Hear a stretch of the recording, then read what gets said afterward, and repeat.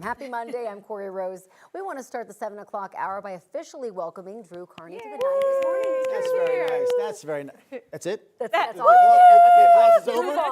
Yeah. Very cool. I will tell you, I don't know how you all feel about it, but I feel pretty just natural sitting here with the three of you. Probably because you took me out last Friday night. We did. Yeah, it was fun. Took shots. It's kind of a smart move, I'm finding, to drink with your coworkers before you actually go on the air and work with your coworkers, because this has made this a lot more easy.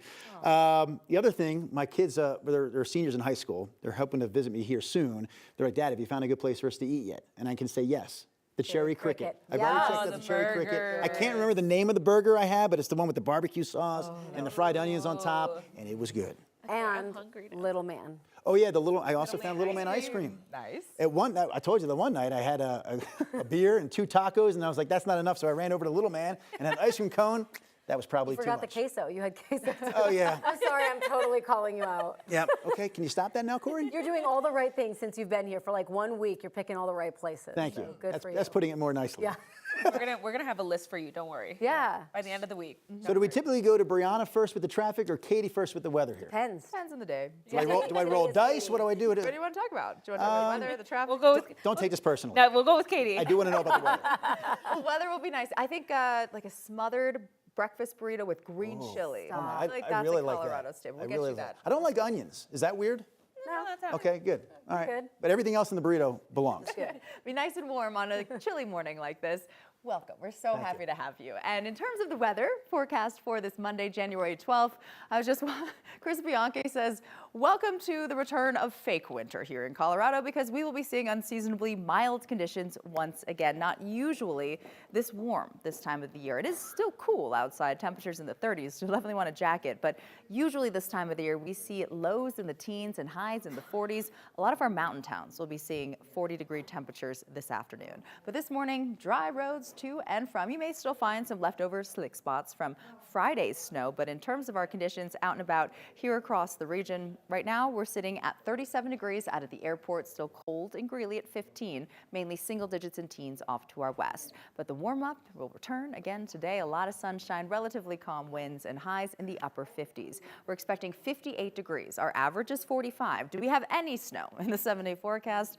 Unfortunately, no significant precipitation all week long here across the state. Our next weak front on Friday will drop temperatures gradually, but in the meantime today, Brianna, we are talking 30s and 40s in the mountains, 50s and 60s across the eastern plains, relatively calm winds, and still well below our typical median snowpack here in the state. Potentially into next weekend and early next week, we could be seeing some more significant snow in the mountains, but unfortunately, it is just looking pretty dry over the next 7 days here across Colorado. Katie, thank you so much. 7:04 is your time if you're heading out the door. I do want to switch things over to our CDOT cameras because we don't have a location here for Sky 9. So if you're heading out the door, southbound I-25 at Lincoln Avenue, we do have a disabled vehicle and we do have crews there on scene. That right shoulder is partially blocked if you're heading out the door.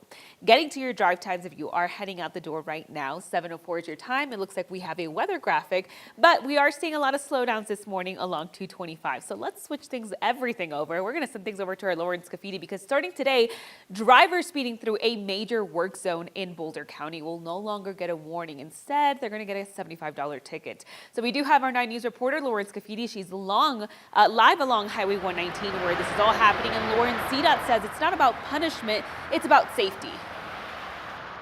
Brianna, exactly. So this is Colorado Highway 119 between Boulder and Longmont here.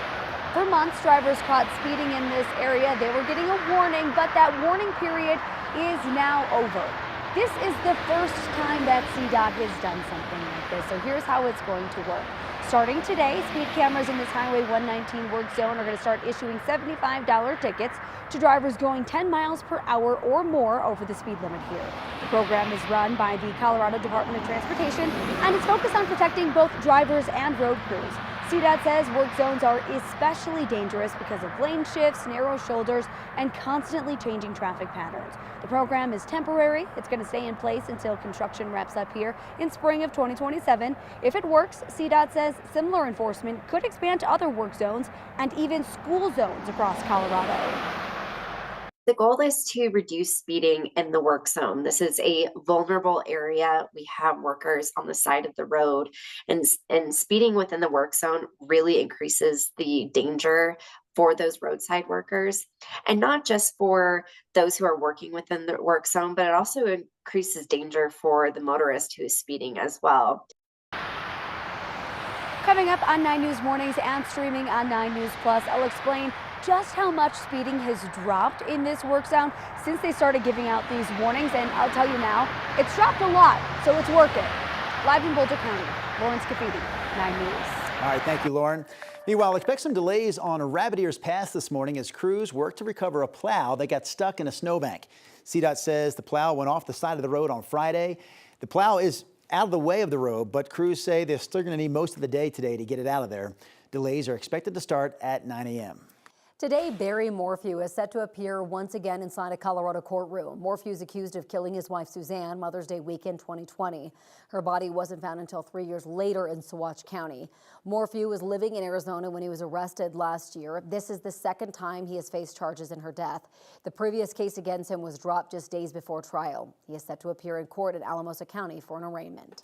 More than 72 hours after 9 News first learned about a bad fuel mix-up, we still don't know all the gas stations that are impacted. State regulators confirmed that diesel was loaded into gas tanks meant to have unleaded at an HF Sinclair terminal in Henderson earlier this week. It actually happened last week, of course. The Colorado Division of Oil and Public Safety said it received more than 200 complaints from drivers about contaminated fuel that wrecked their cars. So, how do gas stations clean out the contaminated fuel and make sure the customers can be sure the next time they fill up it's going to be okay? Well, we saw an above-ground tank being cleaned out by an industrial service over the weekend. The bad fuel needs to be pumped out, and then the tanks cleaned from end to end. Any hose or pump lines will be vacuumed out and have water sent through them. The owner of this tank cleaning industrial company says it's already doing some of the work, and we wanted to know, how much does it cost? It's very expensive. Yes. Yes. For the purpose of whoever owns these tanks that has to get this done, it can be pricey, to say the least. Something to keep in mind, you can find a full list of the gas stations that we know are impacted by all this at 9news.com and on the 9 News app. Now, mechanics say the cars need a complete flush. In most cases, it doesn't require a full engine replacement. A flush may take up to 5 hours, maybe more, and cost a minimum of $1,300. And there are obviously other expenses if you're out of vehicle for a period of time. I'm afraid to get a rental car and then get stuck not being reimbursed for that. So I'll drive the company car, which isn't that much of an inconvenience. I'm more worried about the long term. Is there something undiagnosed after they fix this that causes problems down the road? If your car got the bad fuel, it is best to call a tow truck. And remember, save all of your receipts and your paperwork. We will continue to follow this story and what comes next. You can text GAS to 303-871-1491 for more information, including a list of the gas stations affected. We'll text you back with a link with everything you need to know. Denver City Council is revisiting how to fund more cold weather shelters within city limits. So council members at this point are considering an idea of adding $450,000 to pay for hotel rooms and ballrooms when emergency shelter beds fill up during cold snaps.